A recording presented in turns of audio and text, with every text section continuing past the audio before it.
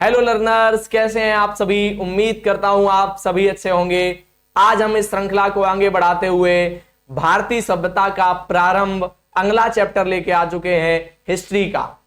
इससे पहले हमने 2 चैप्टर कवर कराए हैं हिस्ट्री के। यश दीक्षित सर ने 3 चैप्टर ज्योग्राफी के आपके कवर कराए हैं क्लास 6 वालों के लिए। यह वीडियो कौन कौन देख सकता है? अगर आप क्लास 6 में हैं तो आपके लिए बहुत उपयोगी होगा। अगर आप यूपीएससी की तैयारी कर रहे हैं, स्टेट पीसीएस की तैयारी कर रहे हैं, एसएससी या कोई भी कंपटीशन एग्जाम की तैयारी कर रहे हैं, तब भी आपके लिए ये उतना ही उपयोगी रहेगा जितना कि उन एग्जाम के लिए। आज इस वीडियो में हम बात कर लेंगे किस तरीके से सिंधु घाटी सभ्यता का उद्भव हो रहा है, विकास हो रहा है, किस तरीके से लोग सिंधु घाटी सभ्यता में अपना जीवन यापन करते हैं, क्या खाते हैं, कैसे रहते हैं, कैसे घर बनाते हैं, कैसी उनकी स्थापत्य कला है ना, कैसे उनके आपस में संबंध है, व्यापार किस तरीके से करते हैं। ये सारी बातें आपकी एनसीईआरटी में कवर करी गई हैं। यह एक बात और मैं बता दूं, यह बिल्कुल नई वाली एनसीईआरटी है जो अभी अभी प्रिंट हुई है 2025-26 वाली, जिसको बदलाव करके जो अब लाया गया है नई एजुकेशन पॉलिसी 2020 के तहत, वह वाली एनसीईआरटी हम लोग यहाँ पे कवर करने वाले हैं। ठीक है भैया, तो इधर उधर की बहुत ज्यादा बातें ना करते हुए इस वीडियो को आप लोग लाइक कर दीजिएगा और हरी सरनम लर्निंग हब को सब्सक्राइब जरूर कर लीजिएगा ताकि आपको और भी ऐसे ही मजेदार वीडियो प्राप्त होते रहें। ठीक है भैया, हम लोग इसको आगे बढ़ाते हैं और यहां से चीजों को कवर करने की ओर चलते हैं। सबसे पहले हम शुरुआत कर रहे हैं यहाँ पर बीबी लाल जी का एक कोटेशन एनसीईआरटी ने सबसे पहले रखा हुआ है। बीबी लाल जी का एक कोटेशन एनसीईआरटी ने यार सबसे पहले रखा हुआ है, तो इसको थोड़ा सा समझते हैं।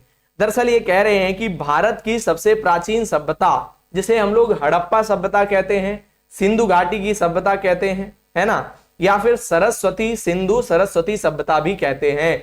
यह क्या रही है? एक बहुत ही अनूठी सभ्यता रही है, बहुत ही विकसित सभ्यता रही है। यह नगरी सभ्यता थी, कहीं से कहां तक यह ऐसी सभ्यता नहीं थी जिसमें ग्रामीण क्षेत्र हो, यहां पर नगरी सभ्यता थी। और ये बता रहे हैं कि यहां पर धनवान और निर्धन के बीच का जो अंतर है वो बहुत अधिक नहीं था। मतलब ऐसा नहीं था कि कुछ लोग बहुत धनाढ्य हैं, कुछ लोग बहुत अमीर हैं, कुछ लोग गरीब हैं, ऐसा बिल्कुल नहीं था। तो यहां पर जो इनमें डिफरेंस है वो थोड़ा सा अच्छा ही था, कम ही था।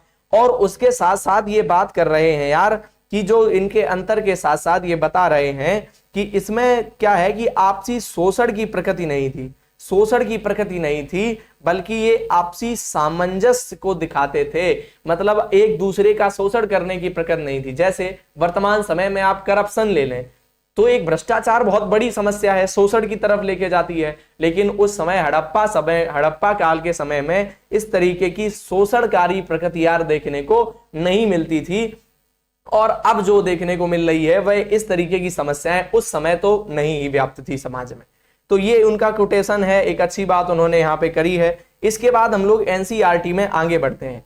तो यार एनसीईआरटी में अगला पोर्शन जो शुरू कर रही है एनसीईआरटी का, ये जो नया वाला वर्जन है ना, इसमें एक चीज मैंने जरूर नोटिस करी है कि एनसीईआरटी क्वेश्चन के साथ शुरू करती है। एनसीईआरटी प्रश्न जरूर पूछती है शुरू में। तो आज हम लोग क्या क्या जानेंगे? पहले एनसीईआरटी ये बता रही है यार कि सभ्यता क्या है। आज हम लोग जानेंगे कि आखिरकार सभ्यता होती क्या है। इसके बाद हम जानेंगे कि भारतीय उपमहाद्वीप की आरंभिक सभ्यता कौन सी थी। मतलब भारत में जो आरंभ में सभ्यता का विकास हुआ वह कैसी थी, क्या था। और उसके बाद हम जानेंगे कि उसकी मुख्य उपलब्धियां क्या क्या थी। मतलब जो भारत में शुरुआती सभ्यता विकसित हुई उसकी उपलब्धियां क्या क्या थी। मतलब यार उस सभ्यता ने क्या क्या करके दिखाया। मतलब हम ये समझेंगे कि वह सभ्यता कितनी विकसित हुई और उसने क्या क्या करके दिखाया। ये बात भी हम आज बहुत अच्छे से समझेंगे। ठीक है, इतनी बात समझने में कोई दिक्कत होनी अगर हो तो बता सकते हैं आप। ठीक है भैया, अब हम लोग जरा सा एक फिगर की ओर चल रहे हैं। ये चित्र बहुत ध्यान से देखिएगा मेरे साथ। जी, ये चित्र आपको दिखा रहा है यहां पर कि किस तरीके से आपका जो धौलावीरा का किला है उसका क्षेत्र यहां पे दिखाया गया है। इसका उत्तरी पूर्वी द्वार दिखाया गया है, उत्तरी प्रवेश द्वार दिखाया गया है। यहां पर अगर आप ध्यान से देखने की कोशिश करें कुछ ईंटें ऐसी हैं, कुछ बड़े बड़े पत्थर ऐसे हैं जो सीधे प्राकृतिक तौर पर हैं, उनमें बहुत ज्यादा मॉडिफिकेशन लोगों ने नहीं किए हैं। बड़े बड़े पत्थरों को उठाकर एज इट इज एक के ऊपर एक रख के उसको मिट्टी वगैरह से जोड़ के बनाया गया है। लेकिन इसके आगे यहां पर जो आप पत्थर देख रहे हैं, ये पत्थर आपको बढ़िया से पके हुए और एक बिल्कुल अच्छी सी डिजाइन के तौर पर मिल रहे हैं, जैसे वर्तमान में ईंटा जो होते हैं उनका जो प्रयोग हम करते हैं बिल्कुल उसी तरीके से मिल रहे हैं। अर्थात यह इस बात को तो हम यहां से समझ ही सकते हैं कि उस समय अप्राकृतिक जो मानव निर्मित, मानव ने जो ईंटें बनाए हुए थे, ईंट बनाने की पद्धति विकसित हो चुकी थी, साथ ही साथ प्राकृतिक ईंटों का भी प्रयोग किया जा रहा था। लोग वही पुराने प्राकृतिक ईंटें भी यूज कर रहे थे जो मतलब पहले से प्रकृति में व्याप्त थे, उनका भी प्रयोग यार खूब भरपूर तरीके से किया जा रहा था। यह बात हम बहुत अच्छे से यहां तक समझ सकते हैं, है ना। यहां पर अब हम लोग चलते हैं, सबसे पहला टॉपिक देखते हैं कि यार सभ्यता होती क्या है। सबसे पहला हमें यहाँ पे इन्होंने बताया है कि सभ्यता के बारे में, तो सबसे पहला क्वेश्चन आता है कि सभ्यता होती क्या है ना। सबसे पहला क्वेश्चन यही है कि आखिरकार ये सभ्यता की बातचीत तो कर रहे हैं, लेकिन ये सभ्यता यार है क्या सर, बताओ तो ये हमें। तो बहुत ध्यान से मेरी बातें सुनिएगा, उसके बाद आपको यहाँ में जो भी लिखा है वो भी बताऊंगा, क्या कॉन्ट्रास्ट है इनका, क्या कुछ ये बताना चाहते हैं, इस पर भी हम लोग अभी चर्चा कर लेंगे, ठीक है। तो यार सभ्यता का सीधा सीधा अगर आप अर्थ देखना चाहें, सभ्यता का मतलब है, चूंकि शुरुआत में जो समाज था ना, शुरुआती जो लोग थे, ये हमने इससे सबसे पहली क्लास में बात करी थी, जो शुरुआत में जब कृषि उतना ज्यादा विकसित नहीं थी, तो जो शुरुआती आदि मानव जिसे हम कह सकते हैं, आदि मानव शुरुआत में भोजन के लिए शिकार पर बहुत अधिक निर्भर था। मतलब ये लोग यार दिन भर घूमते थे, दिन भर घूम घाम के बढ़िया एक दो पशु पकड़ लिए, मार लिए और उनको खाने के लिए स्टोर कर लेते थे। या फिर दूसरा इनका काम क्या होता था, दूसरा इनका काम होता था खाद्य संग्राहक के तौर पर। मतलब ये एक एक जगह से घूम घूम कर अपना खाना कहीं से जुटा लिया, कहीं इनको खाना मिल गया और खाना को उठाकर इन्होंने एकत्र करना शुरू कर दिया, संग्रह करना शुरू कर दिया। तो इनका दूसरा काम जो था वो खाद्य संग्राहक के तौर पर हुआ करता था, है ना। तो पहला काम इनका आखेट होता था, शिकार करना होता था, और दूसरा काम इनका यार खाद्य संग्राहक के तौर पर होता था, ये भोजन को इकट्ठा करने का काम करते थे, है ना। ये दो काम ये करते थे। लेकिन जैसे ही कृषि का विस्तार हुआ, जैसे ही इन्होंने खेती करनी आरंभ कर दी, वैसे ही इनमें स्थायित्व आ गया। क्योंकि एक फसल को पकने में काफी समय लगता है। इन्होंने जब एक फसल, मान लो गेहूं की फसल लगाई, उसके बाद इनको समय लगा लगभग 2 महीने 3 महीने। तो ये पहले जो एक जगह से दूसरी जगह घूमते रहते थे, अब ये एक जगह पर रुकना प्रारंभ कर गए, है ना। जब एक जगह पे एक व्यक्ति रुकेगा, पास में कोई दूसरा व्यक्ति रुकेगा, धीरे धीरे इनमें आपस में क्या होंगे, संबंध स्थापित होंगे, आपस में बातचीत करना शुरू करेंगे, मतलब आपस में क्या होगा, कम्युनिकेशन होगा, व्यापार शुरू होगा। ऐसे धीरे धीरे सभ्यता का क्या होता है, विकास होता है। और जब ये एक अच्छी स्थिति में पहुंच जाएंगे, व्यापार करने लगेंगे और आधुनिक चीजों का प्रयोग करने लगेंगे, आपस में बातचीत, भाषा लिपि का कुछ ज्ञान कर लेंगे, मोहरें चला लेंगे, सिक्के यूज करेंगे, अब धीरे से विकसित होने की अवस्था में, विकास की अवस्था में चले जाएंगे, फिर हम इसको ही सभ्यता कहने लगेंगे कि ये उन व्यक्तियों की सभ्यता है जो उस क्षेत्र में रहते हैं। अलग अलग क्षेत्र के अलग अलग लोगों की अलग अलग सभ्यता की बात करना स्टार्ट कर देंगे। ठीक है भाई, उम्मीद है यार इतनी बात आपको बहुत अच्छे से समझ में आई होगी। तो यहां पर वही सारी बातें इन्होंने करी हैं, वही सारी बातें करी हैं कि जैसे इन्होंने कुछ तकनीकी प्रयास शुरू कर दिए, धीरे धीरे भवन निर्माण शुरू कर दिया, यातायात संबंधी कुछ चीजें इन्होंने, पहिए वहिए की खोज कर ली होगी, पशुओं का उपयोग करने लगे होंगे यातायात के लिए। ठीक है, अब ये बात बता रहे हैं एनसीईआरटी में कि सभ्यता को अगर आप समझना चाहते हैं तो यहां पे बहुत ध्यान से सुनिएगा। सभ्यता को अगर समझना चाहते हैं तो निम्न बातों से समझना होगा। पहली है प्रशासनिक, शासन और प्रशासन का स्वरूप, जटिल समाज और उसके कार्यकलाप के लिए प्रबंधन। मतलब यार कोई एक बड़ा समाज है, कोई एक बड़ा समाज है, उसको चलाने के लिए जो शासन है और प्रशासन है बहुत जरूरी है। तो जब कोई समाज, जब कोई समूह, लोगों का समूह, जब कोई समूह शासन और प्रशासन प्रारंभ कर दे तो हम मानेंगे कि यह सभ्यता की ओर एक कदम है।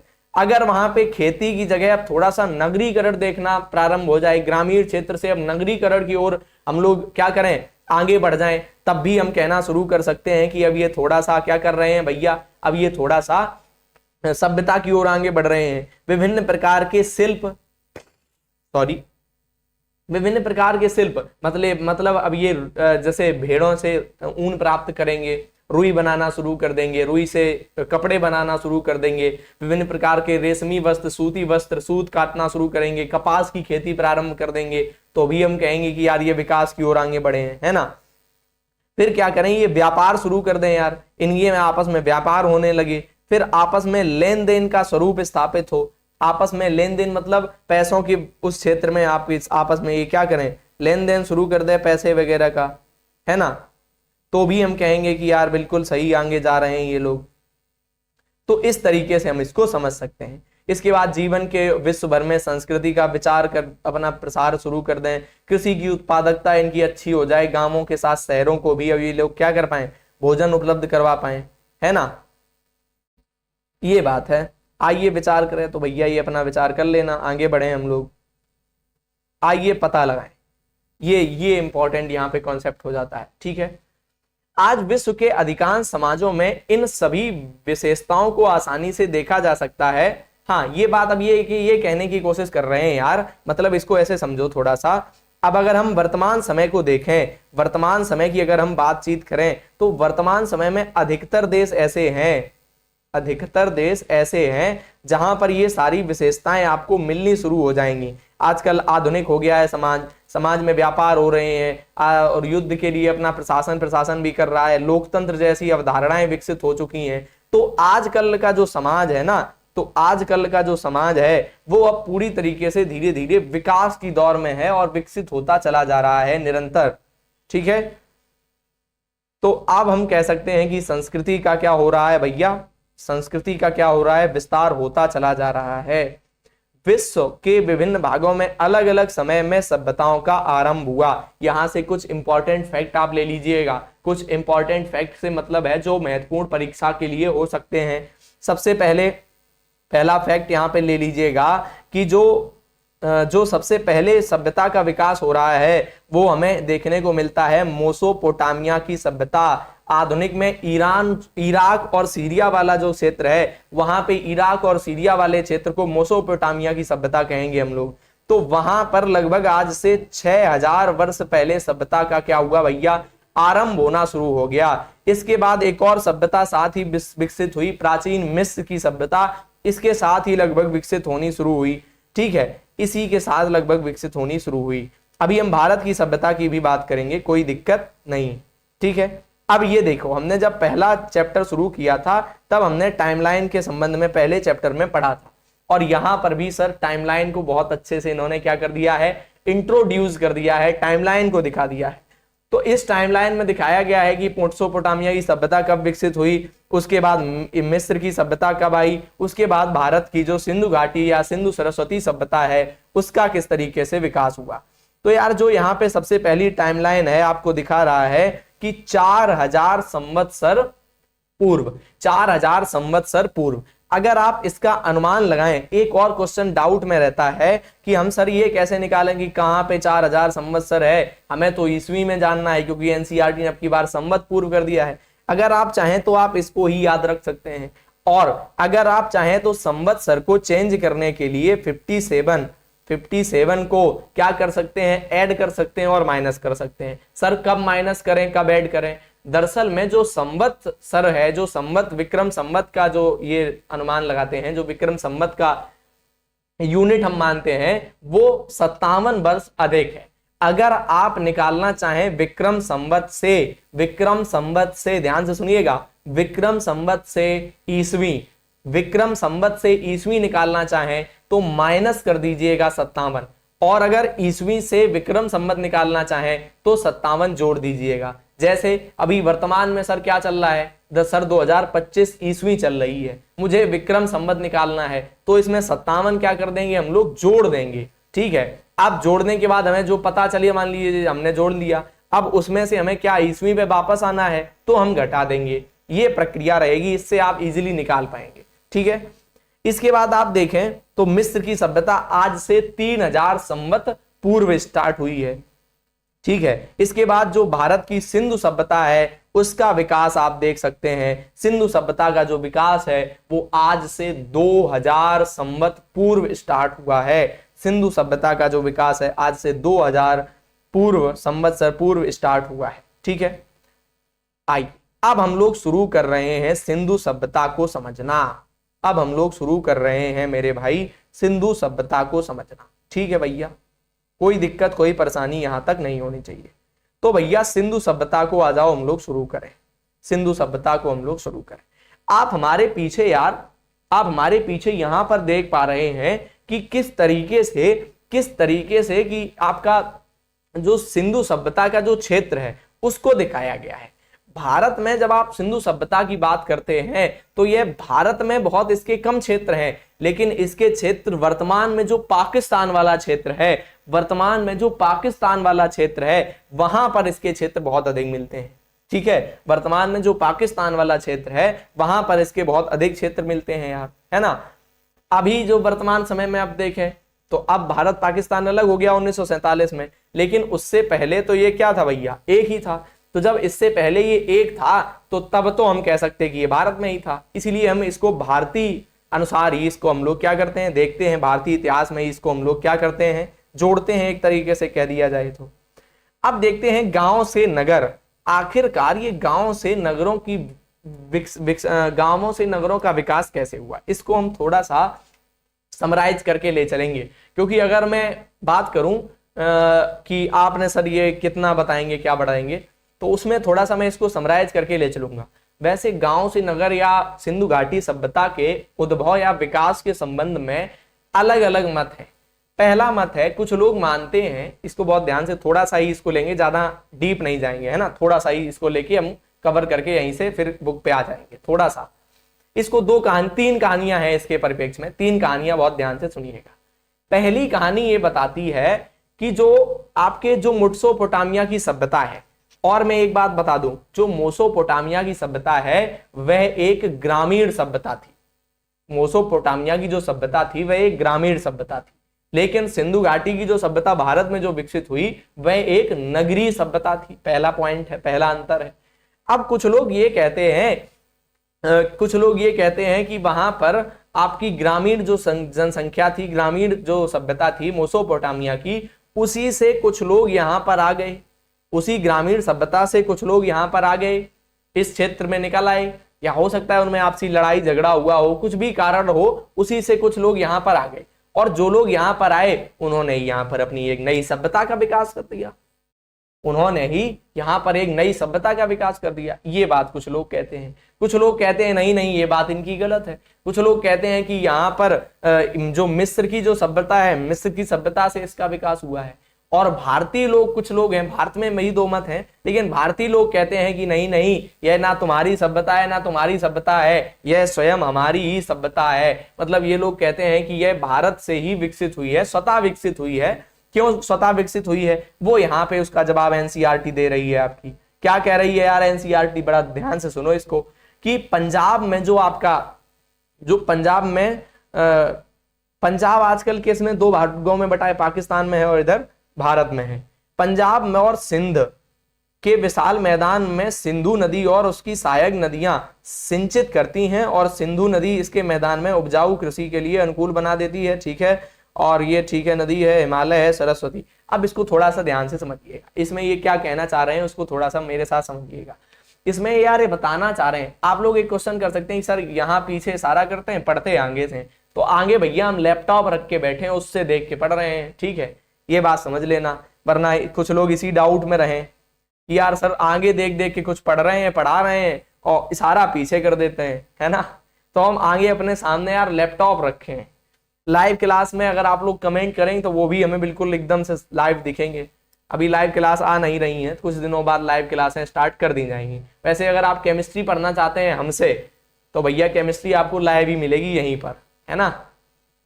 कुछ लोग कहेंगे सर इतिहास भी पढ़ाते हैं, केमिस्ट्री भी पढ़ाते हैं, तो यार अपना यही है जो भी चल रहा है। ठीक, समझते हैं, थोड़ा सा ध्यान से सुनना। जो ये क्या बताना चाह रहे हैं, दरअसल जो भारत वाले हैं, क्यों कह रहे हैं कि भारत से ही इसका विकास स्वतः हुआ है, वो क्या क्या मत देते हैं। उनका ये है कि ये एक सिंधु नदी वाला क्षेत्र है, सिंधु नदी विशाल नदी रही है, और ये क्या करती है, पंजाब और सिंध के क्षेत्र में बढ़िया से कृषि के लिए बढ़िया उपजाऊ जलोढ़ मृदा छोड़कर जाती है। इसके सहायक भी नदियां हैं। ये सप्त सैंधव प्रदेश की बात ऋग्वेद में आती है, ऋग्वेद में सप्त सैंधव प्रदेश की बात करी गई है। ठीक है, 7 नदियों का क्षेत्र है ये। यहीं पर सरस्वती नदी भी है। तो ये सब सहायक नदियां क्या करती हैं, सहायक नदियां जो है वो यहाँ पे बढ़िया से कृषि की योग्य एक तो भूमि बना देती हैं। दूसरा सबसे बड़ा काम ये करती हैं कि जब कोई भी जो समूह है, जो लोगों का ग्रुप है, वो जब एक सभ्यता के रूप में विकास करना शुरू करेगा तो उसके लिए सबसे उपयोगी रहेगा जल। जल का स्रोत नदी हो सकती है, तालाब हो सकते हैं। तो जल का स्रोत क्यों उपयोगी रहेगा? क्योंकि स्वयं यूज के लिए, पशु अगर रख रहा है पशुओं की यूज के लिए, या फिर अपने जानवर के साथ साथ वो खेती कर रहा है तो सिंचाई के लिए, तो जल की उपयोगिता है। इसीलिए जो अधिकांश सिंधु घाटी सभ्यता के स्थल हैं उनका विकास कहां पर हुआ? इन्हीं नदियों के आसपास हुआ। सिंधु नदी के आसपास बहुत से नगर मिलेंगे, इसकी सहायक नदियों के आसपास बहुत से नगर मिलेंगे, इसके बाद आपकी जो सरस्वती नदी है उसके आसपास बहुत से नगर मिलेंगे।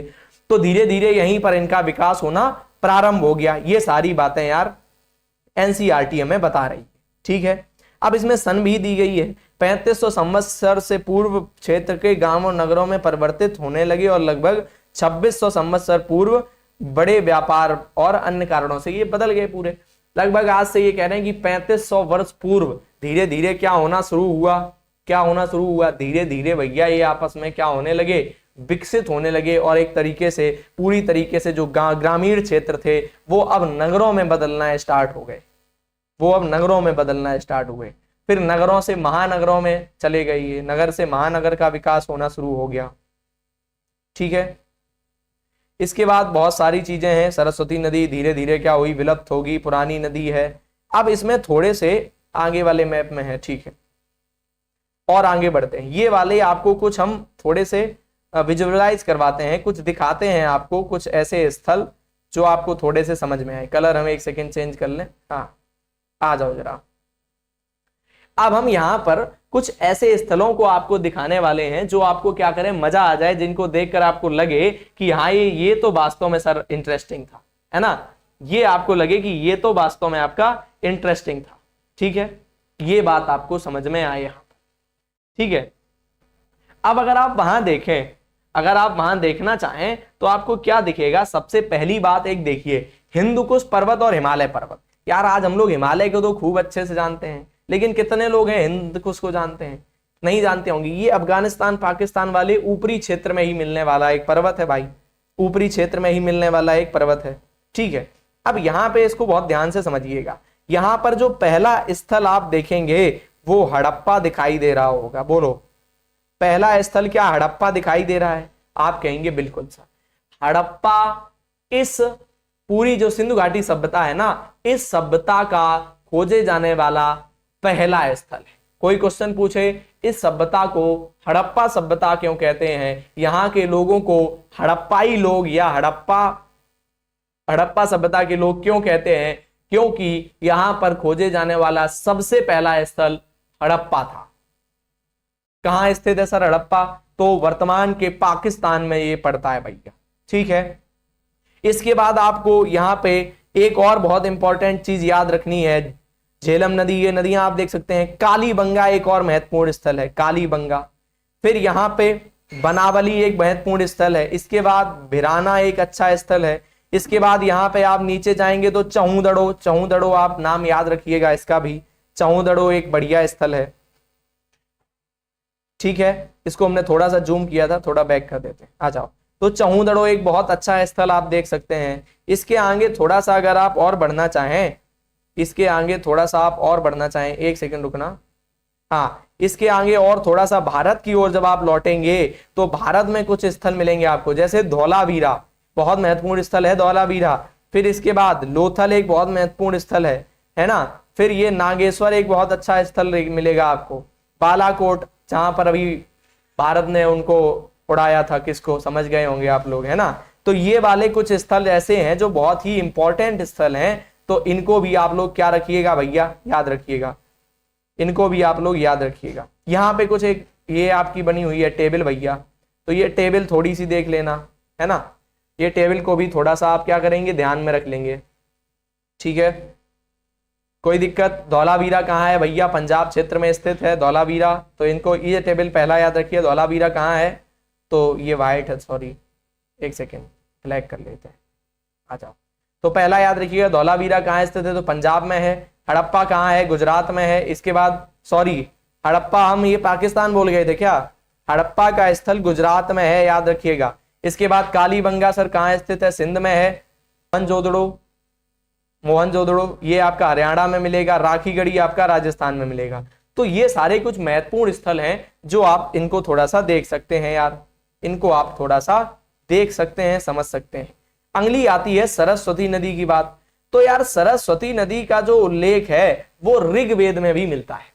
सरस्वती नदी का उल्लेख ऋग्वेद में सबसे अधिक मिलता है। ऋग्वेद में सबसे अधिक बार जिस नदी का उल्लेख है वो इसी सरस्वती नदी का उल्लेख है। लगभग 200 से अधिक बार, 200 बार से अधिक यूज किया गया है इस नदी का, ठीक है, ऋग्वेद में। अभी हम ऋग्वेद के बारे में ये बता रहे हैं कि 7वें चैप्टर में हम लोग क्या करेंगे, पढ़ेंगे। तो ऋग्वेद में इसको बताया गया है कि जो सरस्वती नदी है वो हिमालय से निकलती है और समुद्र में जाकर गिरती है, ये बताया गया है। लेकिन साथ साथ इसको बाद में अन्य ग्रंथों में यह भी बताया गया है कि यह नदी समय के साथ क्या हो गई है, विलुप्त हो गई है। इसीलिए वर्तमान में अगर आप इसकी बात करें तो वर्तमान में इसको हम लोग घग्गर कहते हैं। क्या, कौन नदी है ये? घग्गर है, ठीक है। तो ये घग्गर नदी वर्तमान में है, लेकिन ये अब पूर्णकालिक नदी नहीं है, ऐसी नदी बन चुकी है, केवल मौसमी नदी है ये। बरसात की ऋतु में जब बारिश होगी तब इसमें जल आ जाएगा, पूरी तरीके से बढ़िया से कार्य करेगी, नदी बन जाएगी। और जैसे ही बरसात खत्म तो ये सूख जाती है। सरस्वती नदी हम लोग कहते हैं विलुप्त हो चुकी है। तो ठीक है, ये बात आपको उम्मीद है सर समझ में आई होगी। आगे बढ़ रहे हैं हम थोड़ा सा। अब देखिए नगर नियोजन, नगर की योजना, इसको हम थोड़ा सा खुद ही समझाने का प्रयास करेंगे। आज वैसे हमने यहाँ पे व्हाइट टूल नहीं रखा है, वरना बहुत अच्छे से समझते हैं। थोड़ा सा हमारे साथ समझिएगा। यहाँ पे जो नगर नियोजन है, नगर की जो योजना है वो आज के नगरों से बहुत विकसित है। आज के नगर आप देखें तो उसमें जो सड़कें हैं वो पतली पतली गलियां हैं, तंग गलियां हैं शहरों में, बड़े बड़े शहरों में। कुछ जगह ऐसी गलियां भी हैं जो कभी इधर जा रही है उधर जा रही है, बड़ी दिक्कतें हैं। आजकल बाजार में जब भी आप निकले तो देखते हैं, खासकर अगर हमारे क्षेत्र में आप देखें। अब आप जिस शहर में रहते हैं हो सकता है वहां पे अच्छी व्यवस्था हो, है ना, तो हो सकता है ये सारी चीजें अलग अलग जगहों के हिसाब से हैं। लेकिन उस समय की जो नगर व्यवस्था थी, उस समय सड़कें जो है वो बिल्कुल 90 डिग्री पर इस तरीके से होती थी, इस तरीके से। और इधर उधर बढ़िया से घर मकान बनाए जाते थे और घरों में भी बढ़िया से इनकी व्यवस्था रहती थी। घर में ही इनकी लेटरिन बनी होती थी, वॉशरूम बने होते थे, खाद्यान्न को मतलब अनाज को एकत्रित करने के लिए बड़े बड़े स्टोर रूम बने होते थे। घर में पानी की व्यवस्था के लिए आज हम लोग समरसेबल लगा के रखते हैं, ये लोग बढ़िया से कुएं खोद कर रखते थे। घर के अंदर आपको कुएं मिलते थे, ठीक है। अभी हम लोग इसमें सब कुछ पढ़ेंगे, सब कुछ आपको लिखा मिलेगा, ये जो हम बता रहे हैं कुछ भी मनगढ़ंत नहीं है ना। इनका जो जल निकास था, मतलब ये जल निकास के लिए क्या करते थे, बढ़िया से नाली बनाया करते थे, घरों से नाली बना के निकालते थे पतली पतली। और फिर एक शहर में बड़ा, जो अभी हम लोग बड़े बड़े नाले देखते हैं ना, गटर, वैसे ही कुछ बड़ी संरचना बनाते थे पत्थरों की बढ़िया से, और उसमें छोटे छोटे जो नालियां होती थी वो बड़े नाले में जाकर मिल जाती थी। इस तरीके की एक बड़ी विकसित व्यवस्था इन्होंने कायम कर रखी थी, है ना। ये सब कुछ एक बड़ा अच्छा इन्होंने सिस्टमेटिक बना रखा था। हाँ, एक इंटरेस्टिंग बात, ये लोग अपना जो घर है, जैसे मान लो ये सड़क है, ये सड़क है और यहाँ पर इन्होंने अपना घर बना रखा है, तो ये लोग अपना घर का दरवाजा पीछे की ओर लगाया करते थे। ये एक इंटरेस्टिंग फैक्ट है ना। ये अपना घर का दरवाजा पीछे की ओर रखते थे। चलिए हम इसको थोड़ा सा पढ़ लेते हैं यार, आपकी एनसीईआरटी भी क्या कह रही है। इन्होंने शुरू किया है कि हड़प्पा तथा मोहनजोदड़ो जो पाकिस्तान में है, यार वही तो हमने कहा था कि हड़प्पा पाकिस्तान में है। चलिए अब जो भी हो, एनसीईआरटी कभी इधर कभी उधर, क्योंकि अभी कह रही थी गुजरात में है, अब कहने लगी हड़प्पा यार पाकिस्तान में है।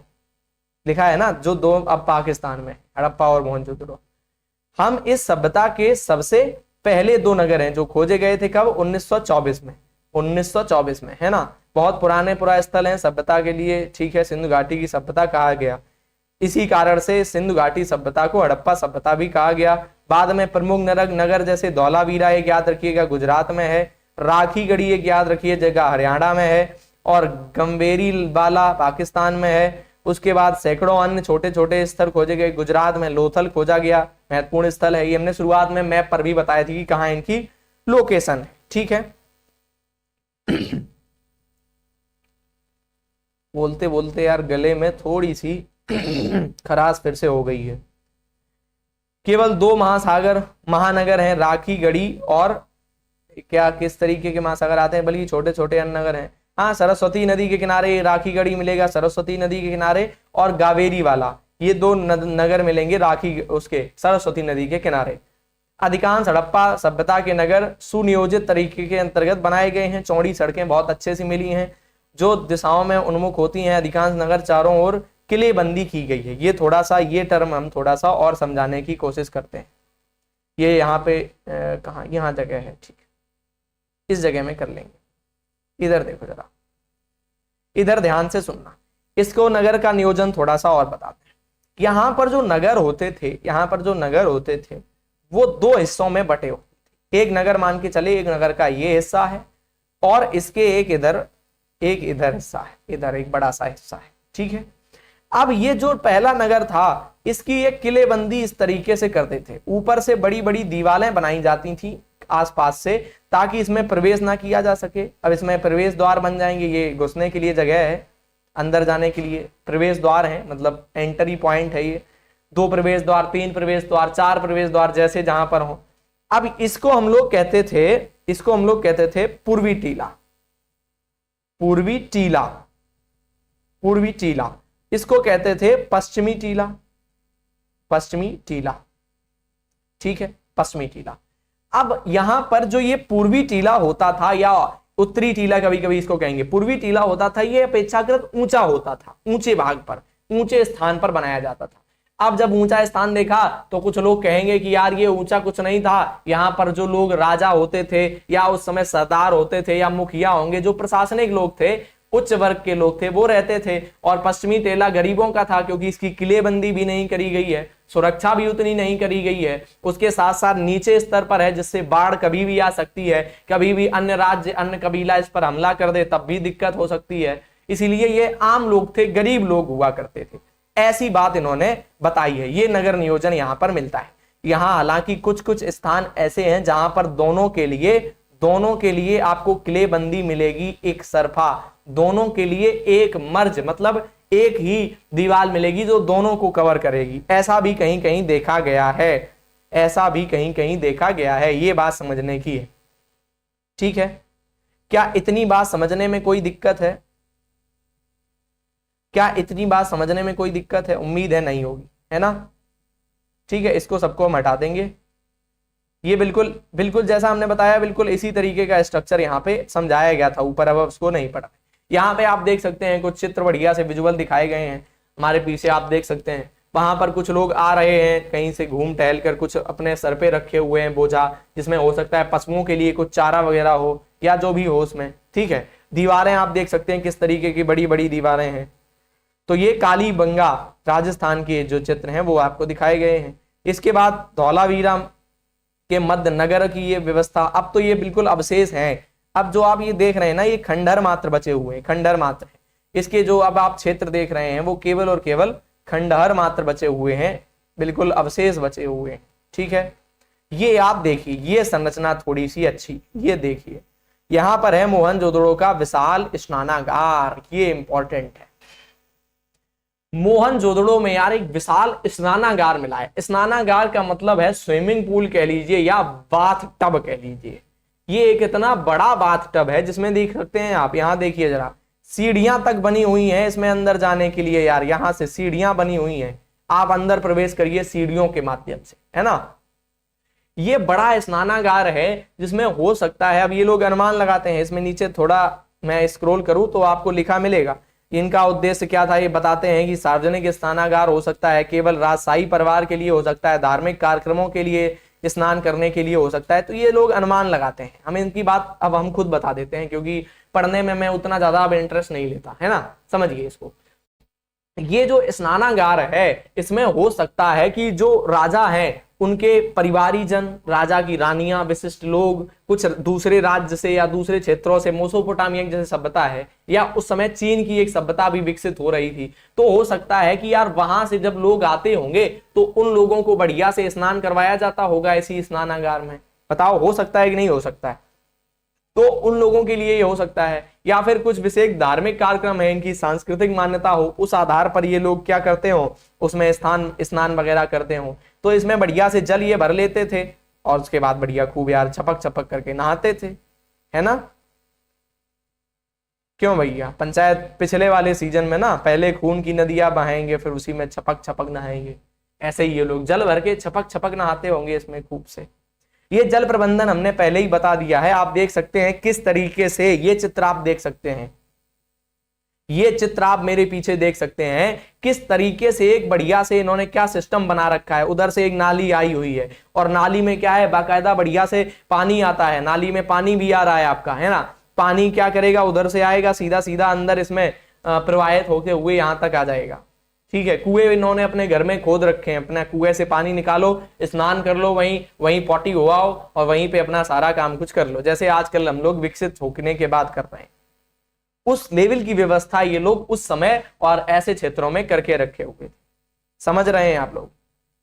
तो उस समय अच्छा रिश्ता था। ये आगे और भी है नाली थोड़ी सी, इधर ये सड़क का किनारा हुआ करता था, है ना? ठीक है, थोड़ा और आगे बढ़े तो ये यहाँ पे दिखाया गया है, मोहनजोदड़ो में लोग ईंटों के बने हुए कुओं से पानी निकालते थे। किंतु क्षेत्रों में तालाब के पास झरनों के मानचित्र, जलाशय, हाँ कुछ जलाशय भी मिले हैं, ऐसा नहीं है। यहाँ पे थोड़ा सा देखिए, धौलावीरा में पत्थर, यहाँ पे चट्टानों को काटकर कम से कम 6 विशाल जलाशय मिले हैं धौलावीरा में। उसमें से एक आप ये देख सकते हैं जलाशय है, ये धौलावीरा का जलाशय। अब इसको ध्यान से समझिएगा, इसमें जो सबसे उधर आप पोर्शन देख रहे हैं ना, सबसे लास्ट में यहां पर, सॉरी उधर सबसे उधर लास्ट में, तो उसमें क्या है कि वहां पर सीढ़ियां बनी हुई हैं, है ना? सीढ़ियां बनी हुई हैं बाकायदा कि आप, इसमें जलाशय है तो जल का जल भर जाएगा, वर्षा का जल भर जाएगा, नदियों से जल आके भर सकता है, जैसे इन्होंने बनाया हो उसका सिस्टम, उसमें जल भरा रहेगा। अब जल भरा रहेगा तो जल भरने कैसे उसमें अंदर जाएंगे? तो भैया सीढ़ी इन्होंने बढ़िया से विकसित कर ली, सीढ़ियों से जाइए, अपना बाल्टी वाल्टी उस समय नहीं होता था जैसे आज हम लोग यूज करते हैं, तो उस समय क्या होता था, वो होते थे मिट्टी के बर्तन बने हुए, जैसे जिसको आज हम लोग मटका बोलते हैं ना, क्या बोलते हैं आपकी भाषा में, घड़ा बोलते होंगे या फिर मटका बोलते होंगे, गगरी कुछ जगह बोली जाती है। तो उस आधार पर वही होता था, उसको अभी दिखाएंगे हम, वो पॉट आपके एनसीईआरटी में बड़े अच्छे विजुअल हैं। उसको जाते थे, भर के लाते थे, सर पे ऐसे रख लेते थे, बढ़िया बाकायदा अपना चले आते थे। तो उस तरीके की यहाँ पे व्यवस्था आप देख सकते हैं करी गई थी, है ना? तो जलाशयों की व्यवस्था करी गई थी। हड़प्पा वासी क्या खाते थे, तो ये खाने का थोड़ा सा समझ लो। ये हल्का एक पहले चित्र देखो, जब आप, अब इसको मैं पढ़ूंगा नहीं, मैं बता दूंगा आपको, है ना? वो आप सब पढ़ सकते हैं, वही बातें हैं जो मैं यहाँ पे सुना रहा हूं। तो ये चित्र आप देखिए हल्का थोड़ा सा, इस समय के लोग पूरी तरीके से खेती करना सीख गए थे, विकसित खेती होती थी, नदियों द्वारा सिंचाई की व्यवस्था हो गई थी, कुछ उपकरण बना लिए गए थे जुताई करने के लिए। ये हल का एक प्रतीक है, मिट्टी से निर्मित हल का एक लघु स्वरूप दिखाया गया है, तो मतलब हल वल बनाना ये खूब जानते थे। तो ये लोग दालें खूब खाते थे, दलहन की फसलें, गेहूं, चावल, ज्वार, मक्का, बाजरा, ये सारी चीजें विकसित कर चुके थे भैया। खासकर कपास का बहुत बढ़िया उत्पादन करते थे। तो ये लोग कुछ कुल मिलाकर शाकाहारी चीजों को खाते थे। लेकिन अब यहाँ पे कुछ लोग आप में से कहेंगे, सर अच्छा आप शाकाहारी हैं इसलिए आप शाकाहारी बता रहे हैं। जी नहीं सर, ये लोग पशुओं को भी रखते थे। अब पशुओं को रखते थे, इस बात का कोई प्रमाण हम नहीं कह सकते कि पशुओं को खाने के लिए रखते थे, दूध उत्पादन के लिए रखते थे, या व्यापार में ये लोग पशुओं का यूज करते थे। क्योंकि व्यापार में ऋग्वेद में इसका उल्लेख मिलता है कि लोग गायों को मुद्रा की तरीके से यूज करते थे। मतलब एक गाय की कीमत होती थी, मान लो एक गाय उन्होंने रखा कि एक गाय से 50 किलो गेहूं मिलेंगे, या एक गाय से 100 किलो गेहूं मिलेंगे, ऐसे ही 1000 किलो, क्विंटल, 2 क्विंटल, 10 क्विंटल, ऐसे उन्होंने मान रखे थे। तब एक गाय जब कोई देता था तो उसने उसके बदले में गेहूं दे दिए जाते थे, है ना? तो ये हम नहीं कह सकते कि वो लोग खाने के लिए पशु यूज कर रहे थे, उसको दुग्ध उत्पादन के लिए यूज कर रहे थे, या फिर किस तरीके से यूज कर रहे थे। लेकिन हाँ कह सकते हैं कि जब पशु रख रहे हैं तो हो सकता है मांस वांस भी खाते हो, क्योंकि शुरुआत तो उनकी वहीं से हुई है, तो हम कह सकते हैं। तो ये भोजन के लिए गहन खेती करते थे खूब, और गांवों में इतनी खेती होती थी कि पर्याप्त ये नगरीय क्षेत्र का विकास कर पाए और नगरों तक पहुंच पाए। सक्रिय व्यापार की बात आती है तो व्यापार की यहाँ पे आप देख सकते हैं ना, इंग्लिश हेडिंग देखो जरा, सक्रिय व्यापार। तो ये व्यापार कहाँ कहाँ करते थे? मेसोपोटामिया की सभ्यता थी भैया, खूब व्यापार करते थे। क्यों करते होंगे, कैसे करते होंगे? तो ये उस समय तक परिवहन के सबसे जो जलीय स्रोत होते थे तो आपस में ही व्यापार करते थे, क्योंकि अगर आप देखें कि भारत में लोथल गुजरात में स्थित है, और वहीं पे कुछ ऐसे भी स्थल हैं जो पाकिस्तान में काफी दूर पर हैं, अब वर्तमान के पाकिस्तान में, तो ये आपस में ही व्यापार करते होंगे नदियों के माध्यम से, है ना। और उसके साथ साथ मेसोपोटामिया की सभ्यता, मिस्र की सभ्यता से भी व्यापार करते थे। तो इसके आधार पर हम कैसे कह सकते हैं कि व्यापार करते थे? क्योंकि जो बर्तन, जिस तरीके की मोहरें मेसोपोटामिया में चलती हैं, मेसोपोटामिया की मोहरें भारत में मिल सकती हैं, और दूसरे जगह की मोहरें भारत में मिल सकती हैं। भारत में जो मोहरें हैं सिंधु घाटी सभ्यता की, वो दूसरी जगह मिलती हैं। यहाँ के बर्तन, यहाँ के आभूषण, एक तरीके से कलाकृतियां, ये सब कुछ बताती हैं कि इनका व्यापार बहुत लंबा यार था। ठीक है, थोड़ा सा और आगे बढ़ते हैं, जरा सा ही बची है क्लास। ठीक है, इसके बाद थोड़े से ये विजुअल्स हैं, ये आप कुछ गहने देख सकते हैं, गले में पहनने वाला ये हार हो सकता है, आप मेरे पीछे देख रहे होंगे, है ना। इसके बाद ये बेलन है, बेलन जिससे हम रोटी वगैरह सेकते हैं, बनाते हैं सॉरी, तो वो बेलन वाली संरचनाएं भी आप यहाँ पे देख सकते हैं। ठीक है, अब हम इसको पढ़ नहीं रहे हैं। ये एक आप चित्र देख सकते हैं मेरे भाई, ये लोथल से लिया गया है, ये विशाल बंदरगाह का चित्र है, लोथल से लिया गया बंदरगाह का, मतलब ये समुद्री व्यापार भी करना शुरू कर गए होंगे यार, समुद्री व्यापार भी करने लगे थे। यहाँ पर कुछ मोहरें आप देख सकते हैं, मोहरें बहुत सुंदर सुंदर, इस पर ये बैल की आकृति के चित्र बने हुए हैं, ये जेब्रा हो सकता है जिसके बड़े बड़े 2 सींग दिखाए गए हैं। कुछ इनकी लिपियां भी हैं, इनकी लिपियों को पढ़ा नहीं जा सका है। ठीक है, तो इन्होंने मोहरों का भी उपयोग शुरू कर दिया था, लेकिन इनकी लिपि को हम लोग अभी नहीं पढ़ पाए। ठीक है, आगे बढ़े और थोड़ा सा। प्राचीन जीवन पुरातत्ववेत्ता हड़प्पा वासियों द्वारा निर्मित और उपयोग की गई अनेक वस्तुओं के सामने लेकर आए। मतलब इन्होंने क्या किया, अभी भी हड़प्पा के कुछ स्थल खोजे जा रहे हैं, लगातार प्रयास रहता है।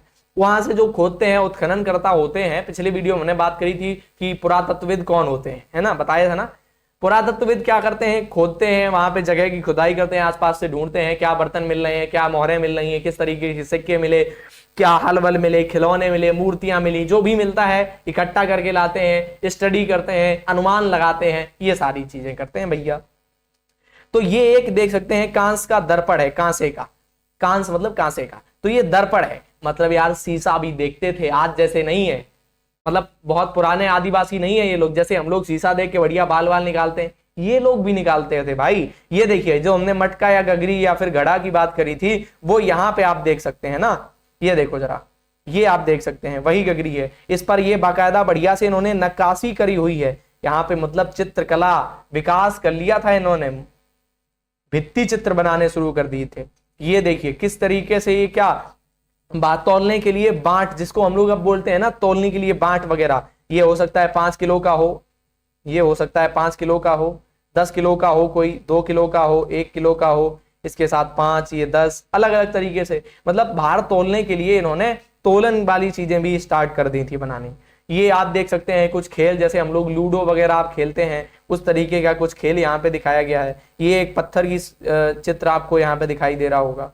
तो ये सारे चीजें आपने, ये 3 महत्वपूर्ण चित्र हैं, इनको इंपॉर्टेंट समझ लीजिए।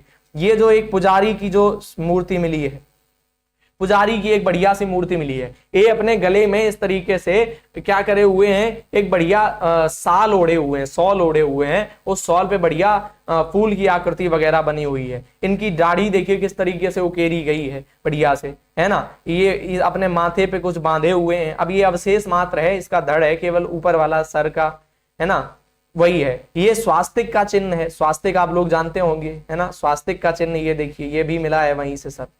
ये यहाँ पे ये देखिए, ये आपकी आदि योगी की प्रतिमा मिली है। आदि योगी इसको हम कहते हैं, नटराज की कह सकते हैं। उसमें क्या है, 3 सर वाले किसी देवता की मूर्ति मिली है, इस मोहर पर बनी हुई, मूर्ति नहीं कहेंगे इसको हम लोग, मोहर पर बनी हुई है, तो एक तरीके से चित्र है।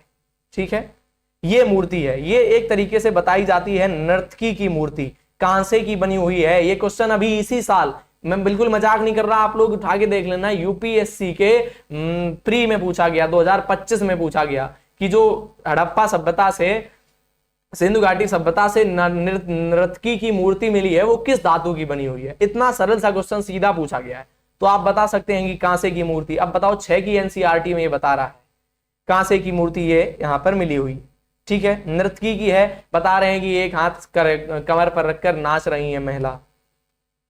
ठीक है भैया, ये कुछ शैल चित्र हैं, उसके साथ आगे बढ़ते हैं थोड़ा सा, लगभग ये खत्म ही हो गया है। ये एक और अंतिम पोर्शन है इसका, अंत तथा नई शुरुआत कैसे। आखिरकार जब ये सभ्यता यार इतनी विकसित हो गई थी, इतनी बढ़िया सभ्यता हो गई थी, तो इतनी बड़ी सभ्यता गई कहां, ये बहुत बड़ा क्वेश्चन है। जब आप कह रहे हैं सर कि इतनी बढ़िया सभ्यता थी, ऐसा था वैसा था, तो आखिरकार ये इतनी बड़ी सभ्यता चली कहां गई। कुछ लोग को डाउट होगा कि यार अभी है तो पाकिस्तान वाले क्षेत्र में भी लोग रह रहे हैं, भारत वाले में भी रह रहे हैं, तो वही सभ्यता है। जी नहीं, अगर आप इतिहास नहीं पढ़े हैं, अगर आप 6 के विद्यार्थी हैं तब तो बिल्कुल नहीं पढ़े होंगे, और अगर आप आगे पढ़ रहे हैं किसी एग्जाम में, उसके बाद आप इसको देख रहे हैं, तब आप जानते होंगे। तो यह सभ्यता भैया कहीं विलुप्त हो गई थी, इसके बाद यह सभ्यता पुनः एक तरीके से स्थापित हुई। इसके बाद जो वैदिक सभ्यता आई वो नगरी सभ्यता के बाद ग्रामीण सभ्यता में कन्वर्ट हो गई। तो इसका जो प्रमुख कारण है एनसीईआरटी में भी वही दिए हैं, मैं पढ़ नहीं रहा एक एक करके, सारी बातें समझा देता हूं। पहला कारण है विलुप्त होने का कि हो सकता है कि यहां पर आपसी युद्ध वगैरह हुए हों, या किसी अन्य क्षेत्र के सभ्यता ने आक्रमण कर दिया हो, सब कुछ नष्ट कर दिया हो, लेकिन ऐसे प्रमाण पुरातत्वविदों को नहीं मिलते हैं। पहली बात, युद्ध वाली तो बात गलत है। दूसरा प्रमाण हो सकता है कि जल अभाव में, ये बात हो सकती है क्योंकि कुछ कालांतर में जब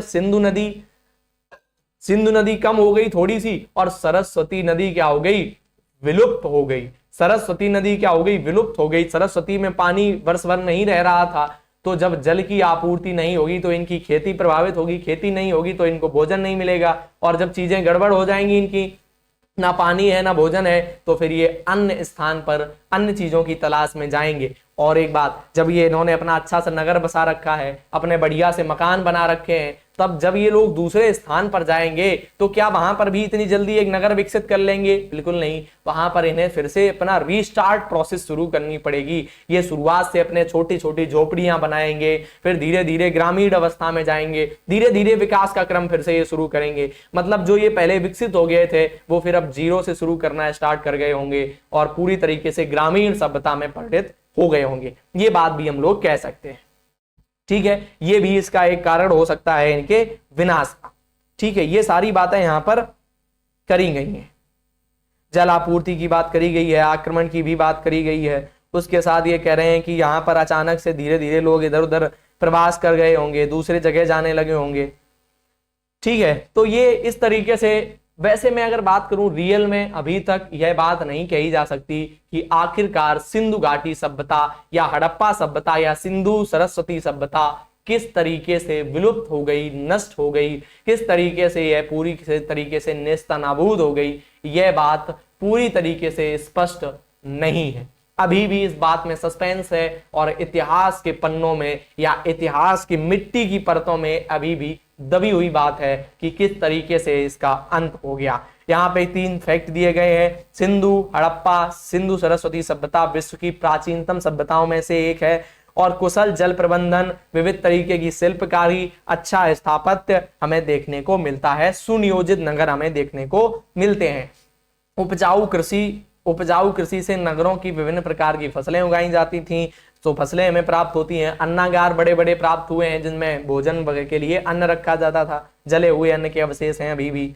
और इस सभ्यता की जलवायु संबंधी कुछ विभिन्न परिस्थितियों के कारण लास्ट में इसका क्या हो गया भैया, अंत हो गया यार।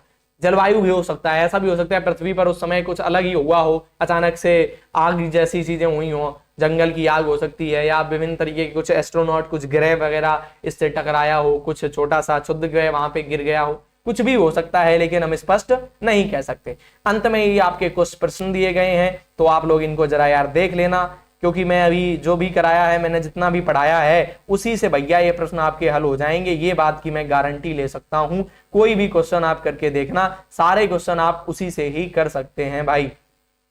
सारे क्वेश्चन आप लोग उसी से कवर कर सकते हैं। इस बात में मैं कतई भी बिल्कुल मतलब कह सकता हूं, विश्वास दिला सकता हूं।